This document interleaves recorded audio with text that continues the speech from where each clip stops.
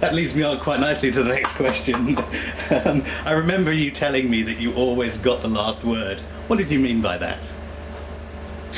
Well, that's a brilliant question.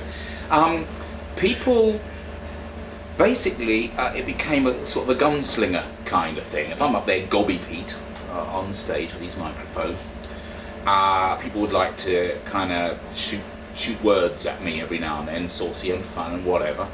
But if you always get the last word, then well, it takes the rug out from underneath them. And I distinctly remember one time I was you had to put long enough songs on so you could get to the toilet back then. You couldn't put a CD on or a mix or anything. You had to literally time it so you could get to the toilet and back. And there were nights there where just doing that was a task in itself.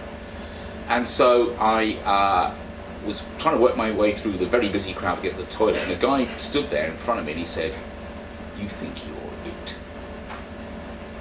And I just said, "Yes," and walked straight round him, and it completely took him by surprise, and I got the last word, as always.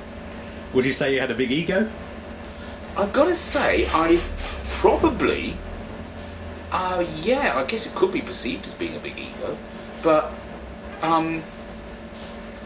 it's an interesting question. I've never been comfortable with the whole idea of ego. I just happen to do what I do, and that was it at the time. And I don't think I thought I was better than anybody else. I just happened to be the guy in there who did that stuff. So I'd like to believe it wasn't a big ego, but boy, could it come over as that. I think confidence would be what could be perceived as being a big ego.